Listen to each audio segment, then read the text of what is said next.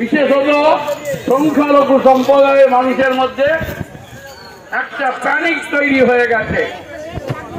যারা রাজ্যের যিনি চোরের রানী, তিনি বলে যাচ্ছেন এফআইআর করতে দেব না, তিনি বলে যাচ্ছেন এফআইআর করতে দেব না। কেন করতে দেব না? এনআরসি এবং সিএ এমপি শুরু হয়ে যাবে। মিথ্যাবাদী, মিথ্যা কথা বলে যাচ্ছেন। মুসলিম ভোট পাওয়ার জন্য এই সুরসুরি বক্তব্য দিচ্ছেন। এটা হচ্ছে তৃণমূলের একটা গভীর চক্রান্ত। এই চক্রান্তটা শুধু তৃণমূল করেনি, এর পেছনে অনেক বড় শক্তি কাজ করছে। কর্পোরেট হাউস, সাম্রাজ্যবাদী শক্তি, তার বাইরে নাগপুরে যিনি মোটা গোপ নিয়ে বসে আছেন, মোহন ভাগবত। মুসলিমদের মধ্যে একটা ভাঙন তৈরি হয়েছে। সেই ভাঙনটাকে রোধ করার জন্য এই যে এফআইআর করতে দেব না, মানে কি? এফআইআর ওর বাপ করতে দেবে? ও তো ছোট ছেনা। এফআইআর এর পক্ষে আমরাও। এফআইআর দেখবেন মুখ্যমন্ত্রীর গলার সুর নরম হয়ে গেছে। আমরা যেটা বলতে চাইছি, এফআইআর হোক, স্বচ্ছ ভোটার তালিকা তার মধ্যে হোক,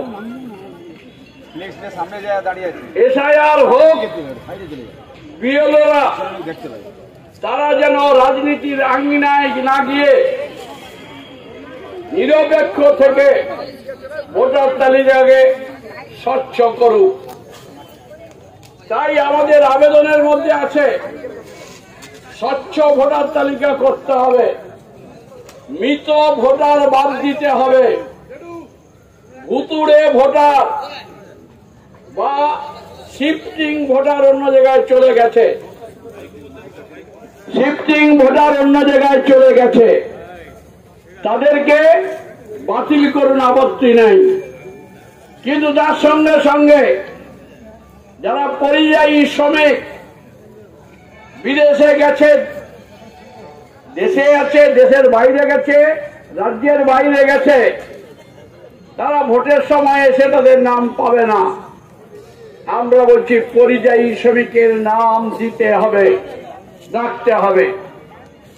আবার আমার দেশে বা আমাদের রাজ্যে, আমাদের জেলায় বেশ কিছু ভোটার আছে যারা অন্যত্র ছিলেন, তারা এসে বাড়ি ঘরদর করেছেন। বিশেষ করে গঞ্জ এলাকায় বৈচিত্র্য যেমন আছে, বৈচিত্র্যের মধ্যেও ভিন্নতা আছে। কিন্তু শাসক গোষ্ঠী তার জেলা শাসকদের কি বলে যাচ্ছেন? নির্বাচন কমিশনারের এখন কোনো ক্ষমতা নেই, এফআইআর করতে পারবে না। এরা আমার রাজ্য সরকারের কর্মী, ভোটের ঘোষণা হলে তবে ওরা তখন নির্বাচন কমিশনের আওতায়, বারে বারে বলে যাচ্ছে। আবার ভোট চলে গেলে আবার রাজ্য সরকারের ফিরে আসবে, মানুষকে বিভ্রান্ত করছে। তাহলে ক্ষমতা থাকলে কেন এই পূর্ব মেদিনীপুর জেলায় 3 জন ম্যাজিস্ট্রেট পর্যায়ে শাস্তি হলো, সাসপেন্ড হয়ে আছে, কেস স্টার্ট করতে বলেছে নির্বাচন কমিশন। কেস না স্টার্ট করলে তাদের বিরুদ্ধে আইনগত ব্যবস্থা নেবে নির্বাচন কমিশন। মমতা ব্যানার্জি, তুমি বলছো যে ইলেকশন ডিক্লেয়ার না হলে আমার রাজ্য সরকারের কর্মচারী আরে তুমি রক্ষা করতে পারলে না কেন? 3 জনকে সাসপেন্ড করতে হলো। চিফ সেক্রেটারিকে ডেকে পাঠালো দিল্লিতে, মাথা নত করে বলল আমরা গিয়ে ওকে সাসপেন্ড করে দিয়ে কমপ্লাই করে জানাচ্ছি। অতএব বিএলওরা তারা স্বচ্ছ এবং নির্ভীক পরিচ্ছন্ন ভোটার তালিকা তাদের তৈরি করার দায়িত্ব। তাদের দায়িত্ব মৃত ভোটারের নাম বাতিল করা। আমাদের বিএলএদের নাম আমরা এআর এর কাছে দিয়েছি। ও ভাই ঠান্ডা ছাড়াও। যখন বিএলও যাবে বিএলএ কে ফোন করে ডাকবেন, না ডাকলে আমরা কিন্তু অভিযোগ ডিএম এর কাছে দেব না। আমি গতকাল মুখ্য নির্বাচন কমিশনার মনীষ জৈনের সঙ্গে কথা বলেছিলাম। মনীষ জৈন বললেন যে কালকে কেন বিমানবাবুরা আমার কাছে ডেপুটেশন দিতে এসছে, তাহলে আমি বলবো কি করে? উনি বলেন না আপনি জানেন। আমি বললাম সত্যি জানি না। না আমাকে তো চলতে হচ্ছে দিল্লির কথা। এ পাশে আমাদের চোরের রানী আমার বিরুদ্ধে বলে যাচ্ছে, আপনারাও বিরুদ্ধে বলছেন আমি নাকি বিজেপির লোক হয়ে গেছি। আমার দায়িত্ব হচ্ছে নির্বাচনের ভোটার লিস্ট এবং নির্বাচনকে সুষ্ঠু পরিচালনা করা।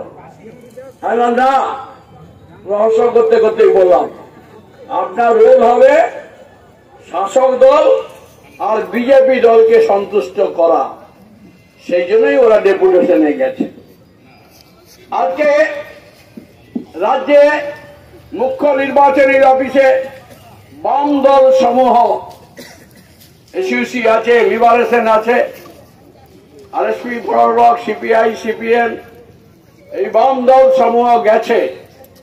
আমি কিছুক্ষণ টিভিতে লাইভ দেখছিলাম, সেখানে পরিষ্কার আমরা যে দাবিগুলো আজকে রাখছি সেই দাবিগুলো ওনাও রাখবেন। এবং যদি স্বচ্ছ না হয়, যদি মরা ভোটার থাকে, ডবল ভোটার একটা আছে নন্দকুমারে, আরেকটা আছে তমলুকে, একটা আছে নাইকুড়িতে, একটা আছে কোলাঘাটে, একটা আছে পাঁশকুড়ায়, একটা আছে তমলুকে। এই ডবল ভোটার যদি থাকে তাও পরিচ্ছন্ন করতে হবে। আমরা এসআইআর এর পক্ষে, আমরা এসআইআর এর বিরুদ্ধে করতে চাই না। তৃণমূল বিরোধীরা করে যাচ্ছে, ওটা ফাঁকা আওয়াজ দিচ্ছে মুসলিমদের আতঙ্ক তৈরি করার জন্য। মমতা ব্যানার্জি ও কিসে যে জানে কি জানে না এটা কেউ বলতে পারবে না। উনি সব বিষয়ে পারদর্শী। ভারতবর্ষের গিনেস বুকে নাম লেখা হয়, ওনাকে যদি সর্ব বিষয়ে পারদর্শী বলা হয় তাহলে ওনার নাম গিনেস বুকে লেখাটা উচিত। দীর্ঘক্ষণ আমি বক্তব্য রাখবো না। আমরা প্রতিনিধি দল যাব ডিএম এর কাছে স্মারকলিপি দিতে। তাতে থাকবেন সিপিআই দলের জেলা সম্পাদক গৌতম পণ্ডা, আরএসপি দলের সর্বেশ্বর মাইতি, ফরওয়ার্ড দলের অশ্বিনা সিনহা, অরুণ কুমার পাঠক, সিপিআইএম এর পক্ষে থাকবে নিরঞ্জন সিংহ, বামফ্রন্টের আয়োগ বটে, হিমাংশু দাস, সুব্রত পণ্ডা, ইব্রাহিম আলী। এই সভায় সভাপতিত্ব করবেন বর্ষিয়ান নেতৃত্ব, সিপিআই এর প্রাদেশিক নেতৃত্ব নির্মল বেরা, তাকে আমি সভাপতিত্ব করার জন্য অনুরোধ করছি। এখানে বামফ্রন্টের শরিক দলগুলি বক্তব্য রাখবেন। আমরা তার মধ্যে স্মারকলিপি দিয়ে কি বললো সেটা পরে এসে ঘোষণা করব। আপনারা সবাই অপেক্ষা করুন। এই গতকাল থেকে মান্থা আসার পরে আমাদের গোটা জেলায় আতঙ্ক তৈরি হয়ে গেছিল যে মিছিল হবে কিনা। এই বৃষ্টিতে মিছিল হবে কিনা। আমি বিভিন্ন গ্রুপে লিখলাম, ঝড় বৃষ্টি যাই হোক মিছিল আমাদের করতে হবে।